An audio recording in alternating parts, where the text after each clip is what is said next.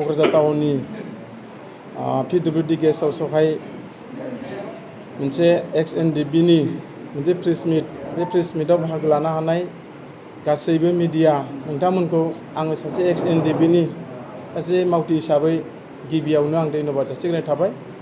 दा दिनैनि जितु प्रेस मिटनि जितु उद्देश्य बे प्रेस मिटनि उद्देश्यखौ जोंनि सिगांनि बिबुंथिगिरि सिगांनि प्रेस रिलिजआव होलांनाय बिथां अनजालु सारा जे बुंलांखाबाय जे दिनैनि मेन उद्देश्यआ जाहैबाय थांनाय 22 तारिख जुलाइआव जोंनि NDB-नि सासे फाउन्डार अर्थात गायसनगिरि रन्जन दैमारिया दिनै जेलाव दङमोन गुवाहाटीनि मोनसे सेन्ट्रेल जेलावहाय।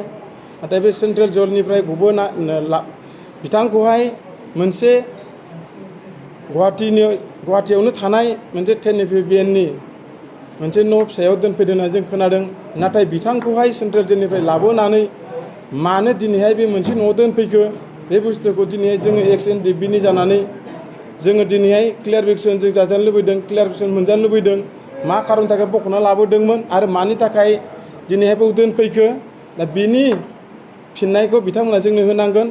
आरो दोनफैदों मानो दोनफैदों आरो हगारनांगौबा जों बेखौनो लुबैदों। जों XNDB हिसाबै थांनाय 27 जानुवारि 2020 जि मोनसे NDB-नि नांनायनि खेथ्रजों दुलाराय बर' फरायसा आफादनि नांनायनि खेथ्रजों बर'फोरनि माखासे दल संगठननि सापर्ट मददनि गेजेरजों दिनै मोनसे बिटिआर एकर्ड जानानै थांबाय। बे बिटिआर एकर्डनि गेजेरजों दिनैहाय भारत सरकार आसाम सरकारा जोंनि गोरोबलायनायनि गेजेरजों मोनसे सान्थि एकर्ड होननानै बुंलांदों।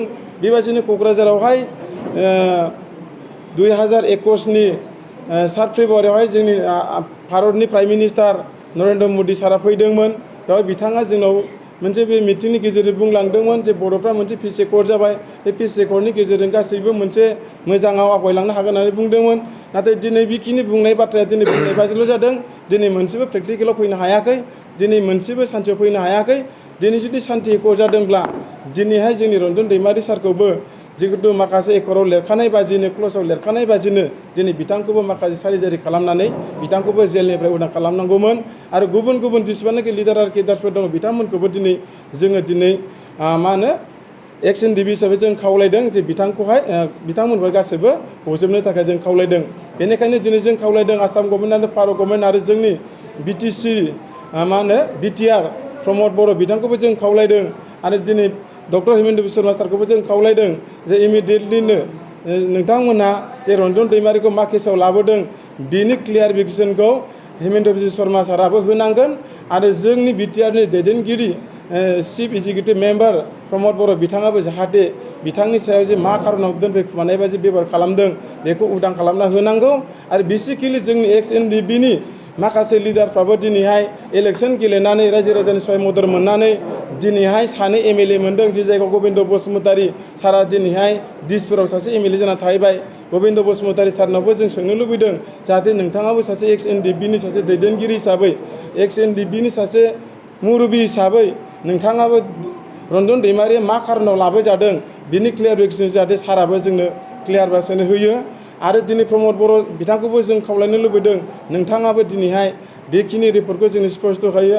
आरो बेसिकेलि XNDB-निफ्राय देरहालांनाय सानै MLA भुपेन आरो फेरेंगा EM दिनै बिथांमोनहा आरो बि सावरायग्रा आरो दिनैहाय M फैलाव आरो दिनैहाय जा सानजारां दिनै बिथांमोना जेरैखि जायाब्लाबो नोंथांमोननि दायथ'खौ लानानै पलिटिकेलि जाहाथे NDB-नि माखासे इम'सनेल लिरजानाय क्ल'जफोरखौ लानानै जाहाथे मोजाङै मोजां आखरफोर खालामनो थाखाय नोंथांमोना सापर्ट खालामनांगौ। आरो XNDB-नि जाहाथे समस्याफोरखौ दिनै रन्जन दैमारिनि दिनै केसाव जेलाव थानायखौल' जों बुङाखै, दिनै XNDB-फ्रा दिनै जिखिनि क्ल'जआव लिरनाय दं दिनै बे बुस्थुखौ दिनै मोनफुंनो हायाखै। दिनै बुंनो थाङोबा दिनैहाय 6 मास 7 मास जालांबाय। दिनै सरकारनि बुंनाय बादिनो दिनै 2 बोसोर स्टेटमेन्ट मोननांगौ दंमोन, दिनै बेखौबो नै दाख्लैसो 3 दाननि सोनानै होबाय। नाथाय बाखि मासआ दिनै थाबोबाय। बेखिनियावबो दिनै जोंनि गासैबो केडार्सफ्रा जेबायदि आसा खालामदोंमोन दिनै बेबो जाफुंजोबनो हायाखै। दिनै बिनि सायावबो जों आपिल खालामदों। आरो जोंनि माखासे जेसेबांनाखि जेलाव थानाय आरो केसफोर बेफोरखौ गासैखौबो दिनै मावफुंना होनांगौ। आसाम सरकार आरो BTC सरकारा बिनि सायाव जथेस्थ' इनिसियेटिभ लानांगौ बेखौ खावलायबाय। आरो जोंनि माखासे मार्टियार्सफोर दङ मुंख्लंफोर न'खर जोंनि एनडिएफबिनि थाखाय दुखु खस्थ' नांनानै थैलांनाय बिथांमोननि जितु मोन्थाय दिनै बेखौबो नोंथांमोना थाबैनो मावफुंनानै होनांगौ बेखिनिखौ आसा खालामदों। आरो जोंनि जेनोखि एक्स एनडिएफबिनि माखासे मा होनो साख्रि बाख्रि जिहेथु दिनैहाय मा होनो माखासे इमसआव दङ बर' इउथ होननानै दिनै लिरनाय दङ साख्रि बाख्रि मोनगोन होननानै, नाथाय बेबो दिनै एक्स एनडिएफबि हिसाबै लिरनाय गैया। आं बेखौनो दिनै फार्स्ट प्रायरिटि हिसाबै एनडिएफबिआ दुखु खस्थ' लाबोनाय हिसाबै एक्स एनडिएफबिनि गथ'फोरा जाहाथे नैबेहाय जुदि साख्रि बाख्रि मोननांगौ जायोब्ला प्रमद बर'आ बेखौ जाहाथे फार्स्ट टाइम इनिसिएटिभ लायो। आरो जोंनि एक्स एनडिएफबिनि जेसेबां एमएलएफोर दङ इएमफोर दङ बिथांमोनाबो सरकाराव थाफानानै जाहाथे एक्स एनडिएफबिनि समस्याफोरखौ जाहाथे 50% जाहाथे खामानिखौ मावना होनो हागोन आं बेखिनिखौ आसा खालामनाय थादों। आरो दिनै बेल' नङा, दिनै जोङो जोबोद दुखुनांथाव दिनै जों मोनफ्रोमबो दिनै खामानियाव जोङो दिनै आवगायनो हायाखै। दिनै जोंखौहाय सम सम दिनैसिमबो पुलिसफ्रा दिनैहाय केस फैदों मादों होननानै दिनै जोंनो गथ'फ्रा दिनै कमप्लेन हरदों, केस लानानै जोंनि न'आव फैदों मादों होननानै बुंदों। दिनै बेखिनिया नाथाय आंनि प्रेक्टिकेल नङा, नाथाय गथ'फ्रा रिपर्ट हरबाय थादों। नाथाय बेखिनिया दिनै एकर्ड जाखांनायनि उनाव जाहाथे बे बुस्थु जानो मोना, बे बुस्थुखौबो दिनै जोंहा प्रमद बर' बिथांनि सायाव खावलायदों जाहाथे सारा अननानै नोंथाङा बेखिनि खामानिखौ जाहाथे उदां खालामना होयो। जेसेबांनाखि ल' एन्ड अर्डारनि माखासे आयेन कानुनफोर दङ बिथांमोनखौ बे नेम निथिखौ नोंथाङा जाहाथे रायलायनानै समस्याखौ समाधान खालामनो हागोन बेखिनिखौ आसा थाबाय। आरोबाव जोबथारनायाव आं आसा खालामदों जोंनि एक्स एनडिएफबिनि गासैबो लिडारफोरखौहाय दिनै मोनब्रै होननानै बुंदोंमोन, आं दिनै मोनब्रैखौ बुंनो थांला। इजे एक्स एनडिएफबि हिसाबै एनडिएफबिनि जिहेतु लिडारफोरखौहाय जिखिनि पलिटिक्सआव थांबाय, जिखिनि पलिटिक्सआव गैया एक्स एनडिएफबिनि लिडारफ्रा जेरैखि जेबाबो जों खौसे जाफिननानै जोंनि एक्स एनडिएफबिनि समस्याफोरखौ जोंनि मोन्थायफोरखौहाय 50% 60% खामानि मावफुंना होनो थाखाय जाहाथे जोङो खौसे जानानै जों आवगायबोनांगोन। दिनै आं बेखौनो बुंनो नागिरदों, जों बे ज' जानो खावलायनायाव आं दिनै नोंथांमोनखौ बुंनो नागिरदों, सोरबा सरकारनि जानानै लाबा लाबनि थाखाय आं बुङाखै, सोरबा सरकारखौ जों नारसिननो थाखाय जों बुङाखै, सोरबा सरकारखौ जों एटेक खालामनो बुङाखै। जोंनि मेन उद्देश्यआनो जाबाय मा एक्स एनडिएफबिनि समस्याया जाहाथे थाबैनो समस्या समाधान जालाङो। जाहाथे इयुनाव बे समस्या जुदि समाधान जायाब्ला जोंनि साफ्रोमबो एक्स एनडिएफबिनि लिडारफ्राबो सानसे नङा सानसे सान्थि हिसाबै थानो मोननाय नङा।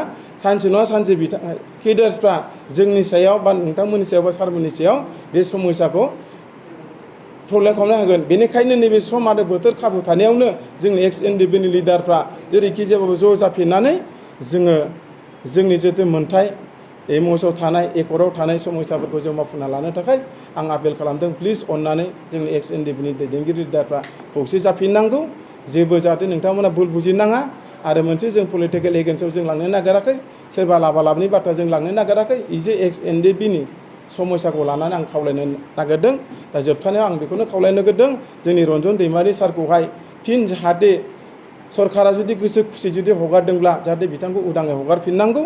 आरो जुदि गोसो खुसि जुदि लाबोआखैबा माबा मोनसे सोंनाय फिननो थाखाय लाबोदोंब्ला जोब्बायब्ला जाहाथे सारखौहाय गोजोनै सेन्ट्रेल जेलाव लांफिननानै गावनि लोगोफोरजों जाहाथे गोसो खुसि थानानै गोसो खुसि जाहाथे ओंखाम बोथिसे मोजां जाफिननो हानाय मोनसे परिबेसखौ जाहाथे मोनहैफिनगोन बेखिनि खावलायबाय। जोबथानायाव बर'नि माखासे इन्टेलेक्सुयेलफोरखौ आं खावलायनो लुबैदों, अननानै बर' जाथिनि सासे फाउन्डार रन्जन दैमारिनि समस्या दिनै गांगां जाना थादों। अननानै बर'नि इन्टेलेक्सुयेल सारमोनहाबो नोंथांमोनहाबो मोजां खौसारि जारि खालामनानै जाहाथे नोंथांमोनहाबो प्रेस मिट खालामो, गासैबो दलं दङ खावलायबाय। जोबथानायाव आंनि बुंनायखौ बेखिनि दोनथ'बाय। Thank you.